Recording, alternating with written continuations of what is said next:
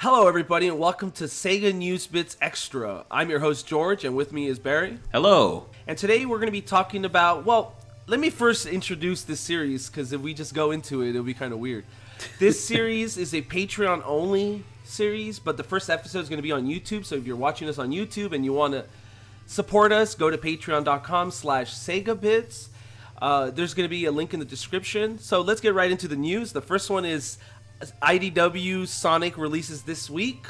There's a preview in AV Club. The first issue sold earlier in March on WonderCon Anaheim. And what are your thoughts on the direction of the new series, Barry? Well, based off the preview at the AV Club, because I was actually kind of surprised. The first issue's been out there for like 2 weeks, and no one's really leaked it. So good on them. But based on the preview at AV Club, it looks like it's basically within the video game universe, and it's taking place right after Sonic Forces. And I know it's kind of been a mixed bag with people, because some people go, oh, it's a Forces adaptation.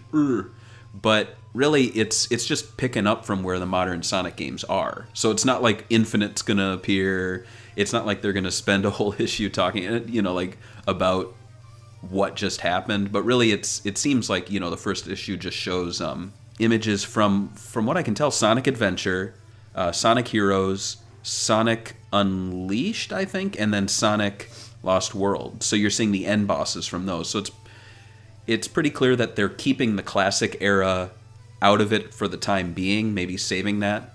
And then Sonic's just like going from town to town, helping people. He's like a celebrity. He seems to be solo. Maybe, like his friends are there, but they're not tailing him all the time. He's not tied to like King Acorn or a castle or anything. And all the characters are like NPCs from Sonic Forces. And is this a good thing or a bad thing, you think, for the series? I think it's a good thing. To be honest, like Sonic Forces, I had a lot of issues with it, but one problem I didn't have with it was the fact that they finally expanded on like the other animal creatures within that world. Because it's always been just like Sonic and like 10 other characters and then a bunch of humans.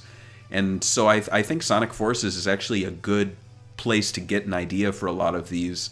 I guess they're not NPCs in the comic. I guess like supporting background characters, things like that. And I really like that it's within the game universe. I think we've done a lot of SEGA News Bits where I've said this is my like ideal Sonic comic. And so it looks like I'm getting it, which is pretty cool. And the next news that we're going to be talking about is Valkyria Chronicles 4 getting the Season Pass. Apparently, it's going to cost 4,000 Japanese yen, which comes out to about $37.50. Wow. And in Japan, all this stuff is always more expensive there, so it's going to be way cheaper if we do get it in the West. So what do you get? All right, the first one you're going to get, which is already out in Japan, is Squad E to the Sea, which is characters going to the beach, so you can see all the females in revealing outfits, of course. Oh, wow. Of course. Yeah. And then you get Captainless Squad E in April 5th. In Japan, obviously, and it's a side mission without a captain, so I don't know what the story is going to be. Then it's going to be Rapid Battle Hard EX mode, which is like rapid battles but really hard.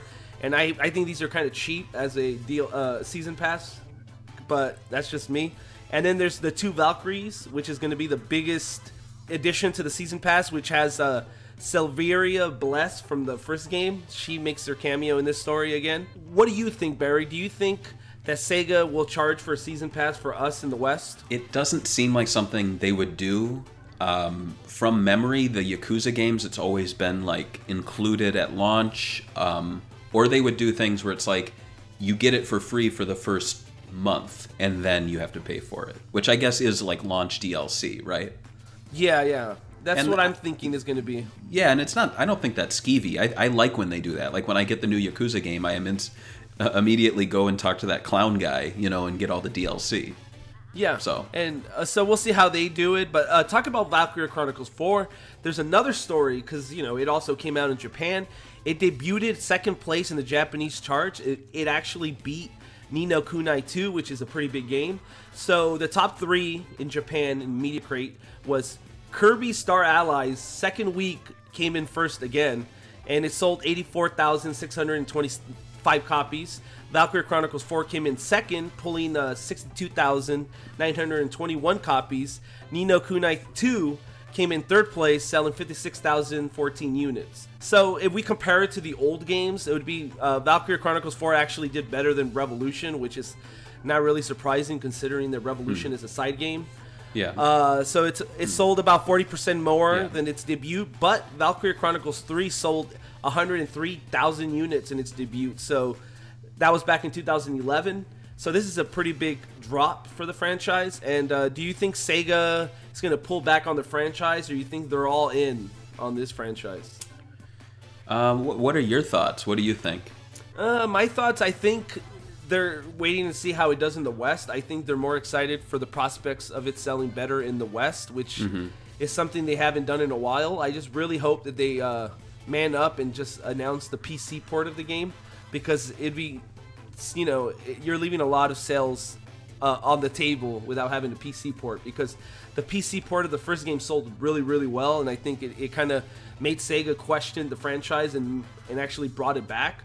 Yeah. So I hope they do that. That's my opinion on that. Yeah, I agree with you. I mean, Valkyria Chronicles 4 was a worldwide announcement, if I'm not mistaken. Yeah, day one. Yeah, and so I think they're understanding now, especially based off the PC release and the remaster release of the first one, that this franchise still has legs. I think it makes sense that there's a drop because it's been so long since the third game, and that was on PSP, if I'm not mistaken. That's right. Yeah, and so, you know, it's a franchise that really has only had one game on the PS3, PS4, outside of the spin-off. I'm just happy that the spin-off kind of came and went, and I think that direction is kind of dead. Yeah, I agree with you 100%. The next story is that we might get another Shining game announced in April in SEGA Fest 2018, which is happening April 14th to the 15th. According to the series producer Makoto Suzuki, he told Weekly Famitsu magazine that, this is his quote, "We are doing our best to show various things that we are working on with the Shining series at SEGA Fest, and as such in April. After this, please look forward to enjoyable environments we have in the works between traditional games like Shining Resonance Refrain, as well as titles with various other directions." Do you think that Sega should rethink the Shining brand going forward, or should they continue going the same path they've been going since they went third party with the franchise? I really want to see them bring back the old art style and the old play style. I think that's what's the strongest right now in the West. I know that there is a fan base for this new Shining, and it's great that they're bringing the games, you know, the latest games coming over here, Refrain. But I mean, I'll buy it. I've been getting every new Sega release for a console I have, but it doesn't excite me as much as something else. And so I'm kind of interested in the quote, because they say titles with various other directions. So would they maybe consider kind of like how we have Sonic Mania and Modern Sonic?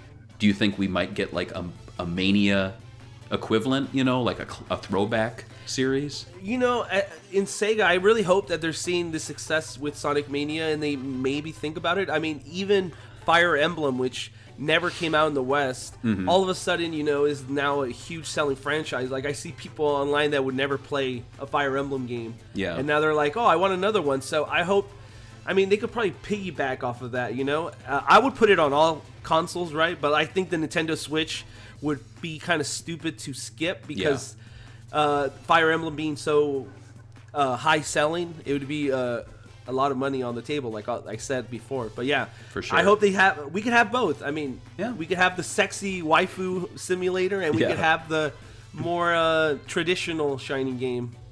So the last story for this episode, Bitmap Books is planning a Sega Master System visual how do you even say that word? Compendium. Compendium, really? Compendium. I've never even heard of that word in my life. What is? But yeah, it's kind of like you wrote the story. What is it, like a dictionary kind of thing, right? Or a collection, like yeah. So you wrote the story. You could tell them about it. Okay, so they've been making books for a while. They've popped up on our Twitter feed, but nothing really caught my eye because I'm not a huge Nintendo fan, which they've done in the past, and they've done a lot of the ZX Spectrum, you know, like all of those those British computers that we didn't grow up with. But they're finally doing a Sega one, which is really exciting. And so it's going to be funded via Kickstarter, which will go live on May 7th. And this is their first officially licensed book, which is great because I feel like they'd be in a lot of legal hot water if they just tried to release a book with like pixel art from Sega. Yeah, they would have. Which they've done with Nintendo, which surprises me. Maybe they've gotten in trouble. I don't know. Maybe they have a way of explaining their way around it. So yeah, George, what do you think of the Master System finally getting its own standalone book? And do you think the system's underrated? I think the system is, I guess, alright rated. I mean, you know, you gotta understand, like, at the time, it didn't have... I mean, I know people are going to hate me for this, but, like, compared to the NES, this Master System really struggled, right? Like, not that many people were allowed to publish games on it. I think hardware-wise, it was a lot better. It also got a lot of great games, especially after the Sega Genesis came out, where they got all these ports. They were really, really cool. Yeah. Like, the Sonic the Hedgehog port is actually one of the things that they're showing off in the book. I think people really sleep on the Master System. I think it has a lot of charm. I think it has more charm, for me at least, than the NES. But I'm a Sega fanboy, so of course it's always going to have more charm. Yeah. Yeah. But I like the fact that this is probably one of the first books. Have you ever seen another book of the Master System? The only thing I can really think of is the... I'm trying to see it from my bookshelf here. The... you know what I'm talking about. It's the Hardcore Gaming 101 kind of touches on it, but they've never focused exclusively on the Master System. And we've had Darren Wall on, who does the read-only memory books, and they've done Genesis, skipped Saturn, and did Dreamcast, and, you know, you could argue they skipped Master System too, so it's nice that that's being filled right now. I agree. Though, to be honest, I'd love to see the Master System Collected Works book, like a big bound one with all the... Because I feel like this book won't focus on design documents or schematics or anything like that. It seems like a lot of it's mainly pixel art. Yeah. I don't even know if they do package designs.